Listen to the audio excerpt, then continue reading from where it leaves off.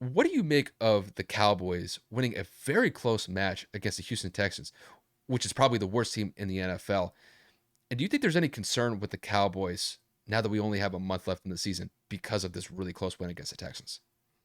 I wouldn't say it's much of a concern. I mean, obviously, we've talked about a multitude of teams having some nail biting victories. As long as they come up with the W, that's all that matters. I mean, Philly only beat Green Bay by like 7. I think Philly was like struggling against Houston as well earlier in the season. They ended up blowing that game off in the doors. Philly loses to a Commanders team. Philly almost lost to Dallas with a backup quarterback. It more so just matters of how you combated and came back. So obviously, Dallas ends up scoring 10 points in the fourth quarter. Dak Prescott actually finds a way to step up despite his early game struggles.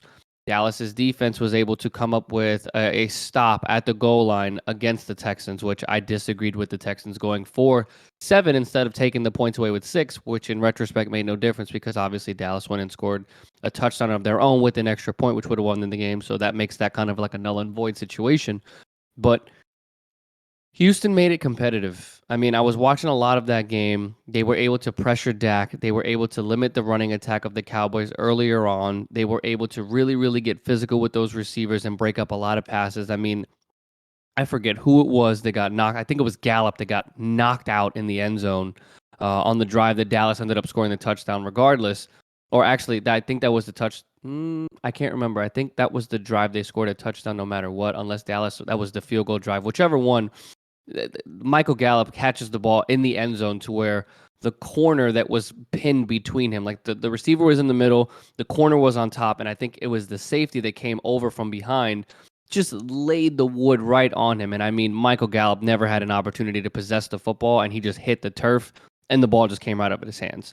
Obviously, at that point, just because you cross the plane with the football in your hands, you still have to maintain possession and make a football move. Like wholeheartedly like hit the ground with 2 feet, and then if you were to fall, that's different. But he never had a chance, and Michael Gallup was absolutely annihilated, and it was kind of crazy.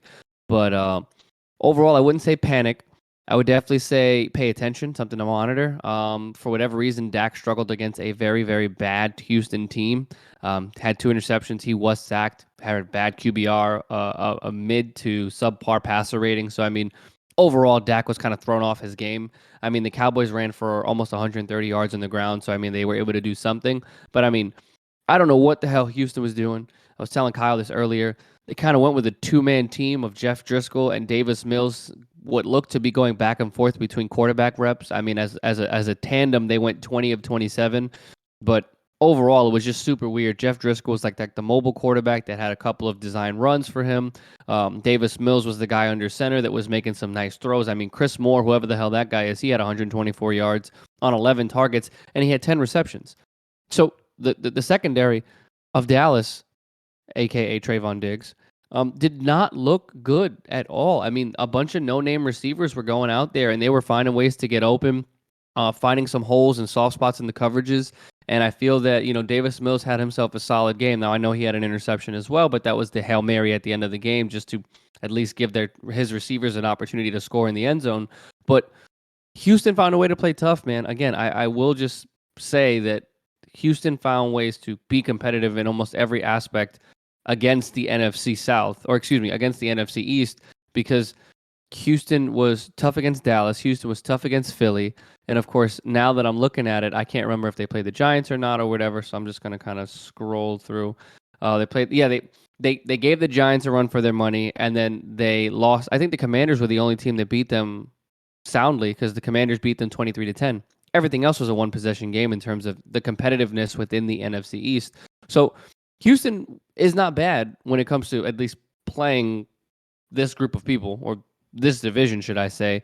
But at the end of the day, I mean, Dallas did what they needed to do when they mattered most. Their money man Dak Prescott was able to drive down the field in the most crunch of times, in the most clutch of opportunities, and he did what he needed to do.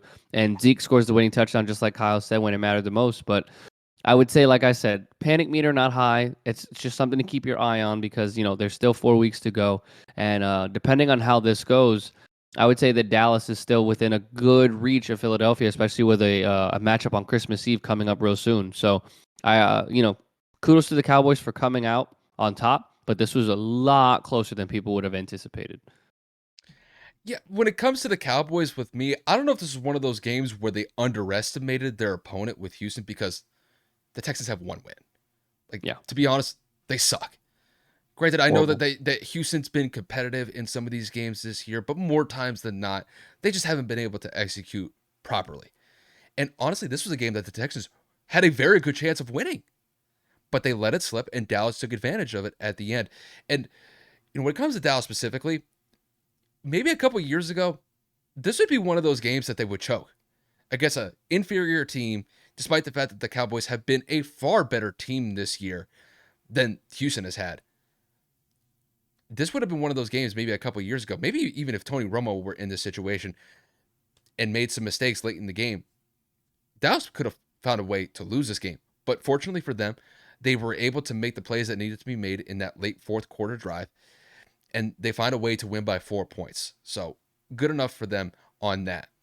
When it comes to the Cowboys from here on out, though, this next 4 games that they have on their slate, this is where I think a lot of attention is going to be focused on with me specifically, because their next 4 games, 3 of them are road games. The only home game is probably the most pivotal one, and that is that second matchup of the year against the Eagles. Because when it comes to that game specifically, I think they need to go into that game on a high note. I'm talking about when the Cowboys go up against the Jaguars next week in week 15.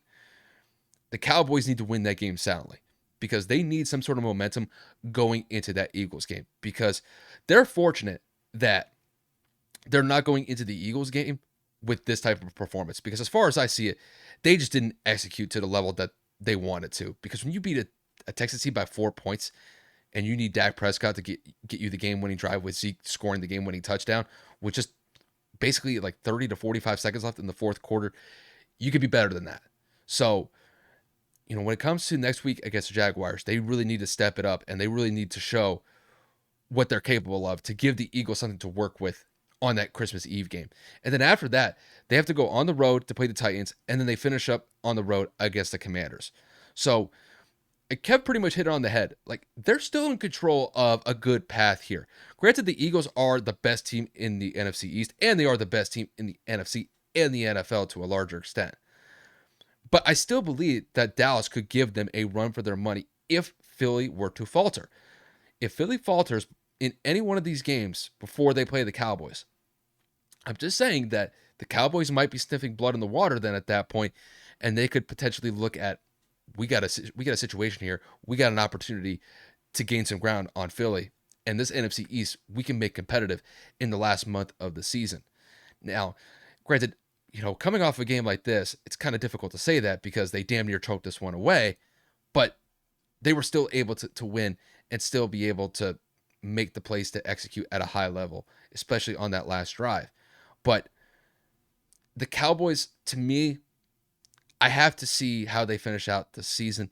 If they kind of stumble into the playoffs, that's going to be a little cause of concern for me. But if they really finish out these next 4 weeks strong, if they win 3 out of their 4 games here, or potentially win all 4 of them, they're going to be a team to be reckoned with in the playoffs. But I will say, when it comes to Dallas, Dallas usually finds a way to screw things up. It may be a certain way that they screwed up in the past that could reoccur in one of their playoff games again, or they could find a completely new way to screw it up and lose in the playoffs, and they're out. So the Cowboys are following a very similar track to what they had last year. The Cowboys were a team to contend with last year, and Kevin and I thought that they could make a decent playoff run if they just played up to snuff and were able to execute at a high level. And I think they're in a very similar situation right now. They're sitting at 10-3. They're just a couple games behind the Eagles, and they have an opportunity to potentially get competitive in that division. But they need to play up to snuff. And these next 4 games are going to prove it as far as I see it. And even if they were to win the next 4 out of 4 games per se, now I got to see what they're like in the playoffs, because we haven't seen the Cowboys make an NFC Championship game in God knows how long. I think it's been 25 plus years. I think it's probably been longer than I've been alive. So, they have their own path here. If they can finish out strong, go into the playoffs with a lot of momentum, maybe it works out for them. But as of right now, They got to win against a very subpar team against the Texans that was relatively not convincing as far as I see it. And there's a lot of room for improvement as far as I see it because they're coming off of a game where they beat the Colts. Kev, I'm sorry I'm going here, where they beat them by the score of 54-19. That was a pretty resounding win. I know a lot of those points were scored in the fourth quarter, but then you follow it up with a 4-point win against the Texans. They're better than that. I think that they know that. I think when they go against the Jaguars next week, I think they'll try to step some things up. And then it's just a ramp up game for the Eagles on Christmas Eve. So the Cowboys are still a good team. I don't want that to get lost in translation, but I think there's definitely a lot of room to be desired after this game because damn near losing to the Texans is not a good look. And with it being December, you need to do better than that. So I'll just kind of leave it at that.